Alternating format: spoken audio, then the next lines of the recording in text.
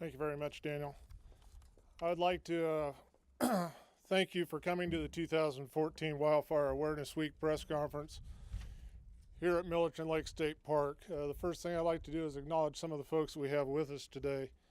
Mary Alice Kalusian from Senator Berryhill's office, Erica Cabrera from Assemblyman Pereira's office, Ben Bergquam from Assemblyman Patterson's office, Stuart Anderson from Assemblywoman Conway's office, and Alex Villa from the American Red Cross. Over the last few years, the Fresno Kings unit has seen an increase in fire activity during the first few months of spring. This last January 25th, the Fresno unit at 6 a.m. in the morning had a wildfire incident that occurred in the county of Fresno near Pine Flat Lake. The fire grew to over 100 acres in size, and additional resources were requested to address the potential threat of destroying nearby homes. Federal, state, and local government agencies were called upon to assist and provided the necessary support to quickly contain the fire without damaging any homes. This relationship with all of our local cooperating agencies is vital. Their ability to support our mission and assist with providing the best service possible to the citizens that we serve and protect is instrumental. The understanding of the unity amongst the local agencies has led to hundreds of hours of multi-jurisdictional training in wildland firefighting techniques over the last 2 months. Battling wildfires in the urban interface has been a high priority for us in training. This dynamic training has assisted crews with the necessary preparation to be ready for the already active fire season.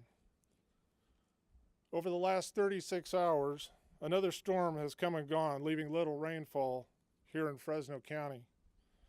Temperatures are forecasted to hit near 100 degrees by this time next week.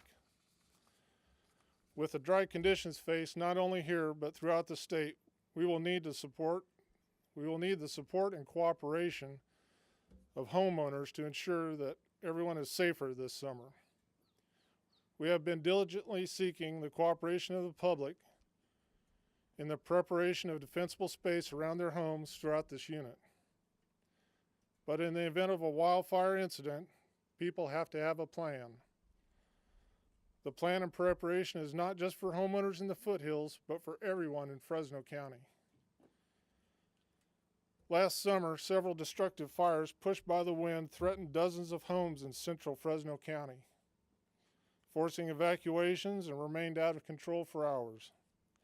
This should be a reminder that these potential devastating incidents are not isolated to any corner of this county and that people need to be ready.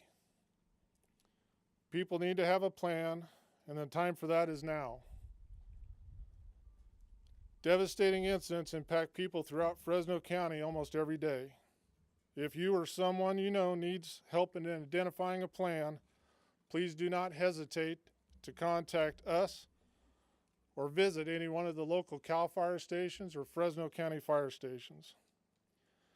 Now, to give us more from a statewide perspective, I would like to introduce the Director of CAL FIRE, Ken Pimlott.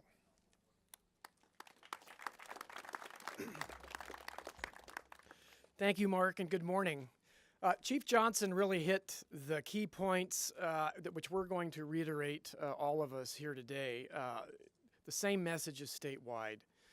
Wildfire Awareness Week every year is our opportunity to go from extreme Northern California to San Diego and all points in between and talk about California's fire challenges that we have every year. And this year obviously is predicted to be one of California's most significant, potentially significant fire seasons on record. And I know that we say that every year. It's the climate in California produces this kind of risk every year. But coming off of 3 years of well below normal precipitation, an almost non-existent snowpack as we go into the middle of May. And many reservoirs like we see here at Millerton Lake that are well below capacity. Vegetation conditions that are extremely dry and volatile throughout areas of the state that would normally be green and still receiving rainfall this time of year. The governor declared a drought emergency in January, late January, to address the variety of challenges that this drought, that this lack of rainfall and precipitation is creating for everyone in California, from farming, the agricultural industry, and certainly from the wildfire perspective. We knew that we were under very different kinds of conditions this year when we started January, literally the first week of January, with a 350-acre fire in Humboldt County.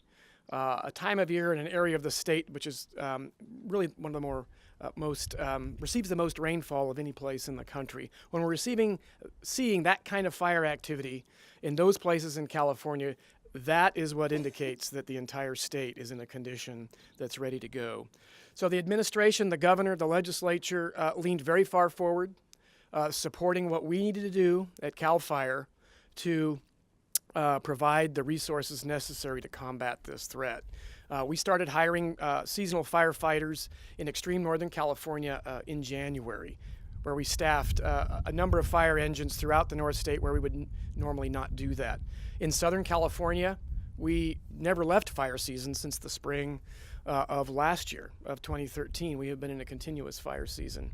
And then in between, Northern and Southern California, particularly here in the Central Sierra and the Central Coast, we have continued to ramp up resources much earlier than normal, to a point where from Sacramento South to San Diego, we will be at peak staffing by next week.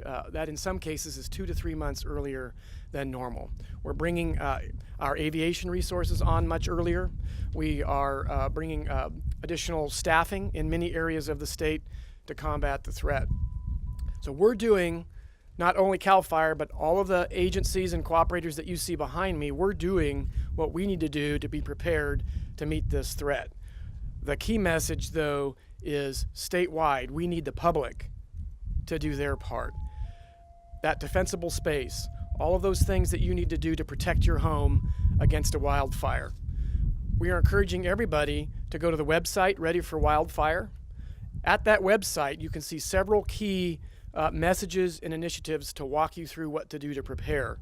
The first is simply the 3 words, ready, set, go. Make your home ready. Do your defensible space. Sure your home is clearly addressed and marked so that the firefighters can find it. Set. Have a plan in place so that when a fire does come, you are prepared to know what to take. You are prepared to know your evacuation routes, and you are ready to go. And then that simply is the last piece. Go. Don't necessarily wait for evacuation orders. When you know a fire is imminent, leave your neighborhood, leave your home very quickly, safely, so that firefighters can come in and protect your home and not clog the roads as they're trying to get there. And a very other simple message is, you see right over here, one less spark, one less fire. 95% of fires in California are started by people. That means that 95% of fires can be prevented. Every fire starts from a spark. So if we can eliminate that spark, we've eliminated that fire. So again, the message statewide is we've done our part as the fire agencies to prepare. Now we need you as the public to step up and do your part. With that, I'd like to introduce the Executive Officer of the Sierra Nevada Conservancy, Jim Branham.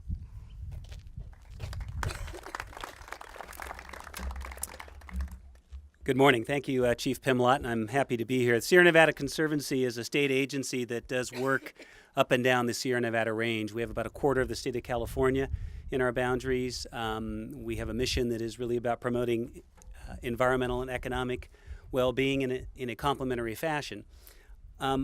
Our region is the origin of between 60% and 2/3 of California's developed water supply. So it's important for a lot of reasons. And Chief Pimlott, of course, did a great job of describing the situation we face statewide, the drought conditions and all that. And I want to stay on the idea of wildfire awareness, but I want to just change the channel a little bit on that.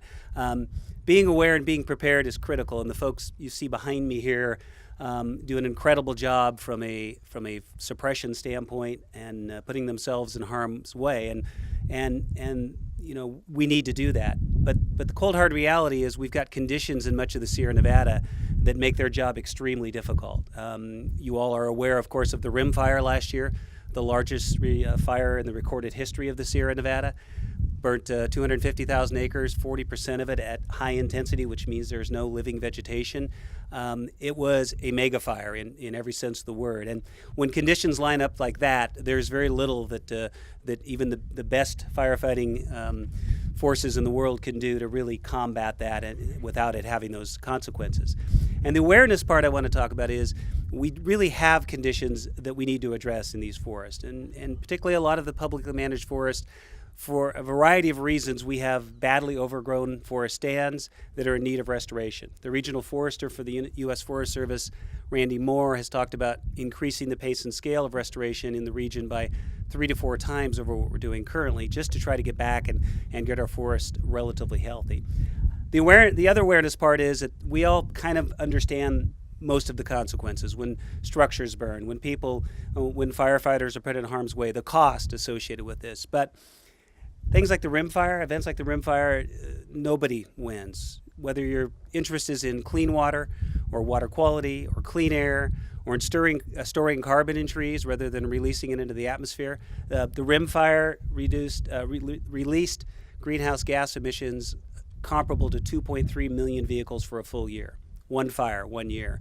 The consequences from a standpoint of air quality, visits to the emergency room, all of those things that are affected. And this lake behind us is another critical point. Large fires are almost always followed by lots of sediment moving off of the hillsides, and often they end up in terminus reservoirs like the one behind us. And that loss of storage from the bottom up can be dramatic, and without restoring forests to health, we're going to see that continue to happen. And at a time when there are major fights taking place in California over water storage and groundwater and all the rest, doing the things we need to do to make our forests healthy, which have a wide range of benefits, wildlife habitat, storing carbon, all those things I talked about.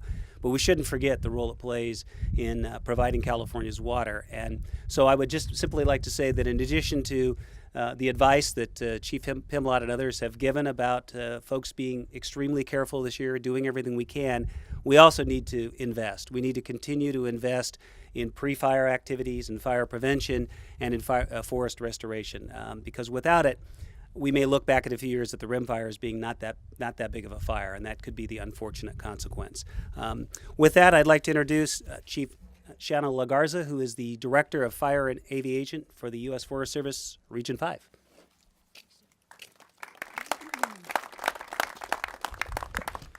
Well, good morning, and thank you to everybody for coming out today to be part of the Wildfire Awareness Week. Thank you to CAL FIRE for allowing the Forest Service and the other agencies to be together for this week. It's very important that we send the same message of prevention as we move into what is already a busy fire season. Fire season didn't seem to really stop. In 2013, it started early and it kept going.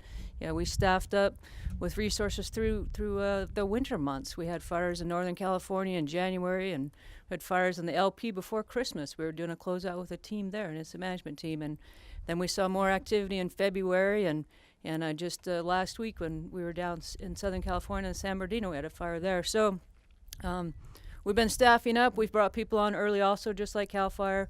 Resources came in early. Most folks are coming on now, the seasonals, to be prepared for the season. And it's not just us and all the agencies and the firefighters that are working hard to be prepared and currently working hard, but we have to make sure that the public is ready to go. And I talk a lot about leadership within the agency, but just leadership as the people in California to go to the websites and to get the defendable space around their houses, or if they're going out into the forest to get the campfire permits or restrictions and know where they're going, and to be aware and to help prevent fire. One Less Spark, One Less Wildfire campaign is 2 years since last year won a national award And it's proud to be a part of this program with Wildfire Awareness Week, along with the Ready, Set, Go, like Chief Pimlott said. You know, be a leader within your community and be prepared, have your bags packed and ready to go. Because if it's not if, it's going to be when. So thank you very much. Now I'll turn it back over to Mark Johnson.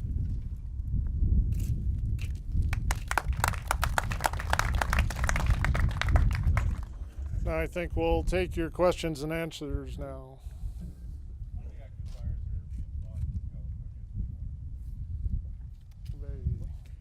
The active fires in California at this point?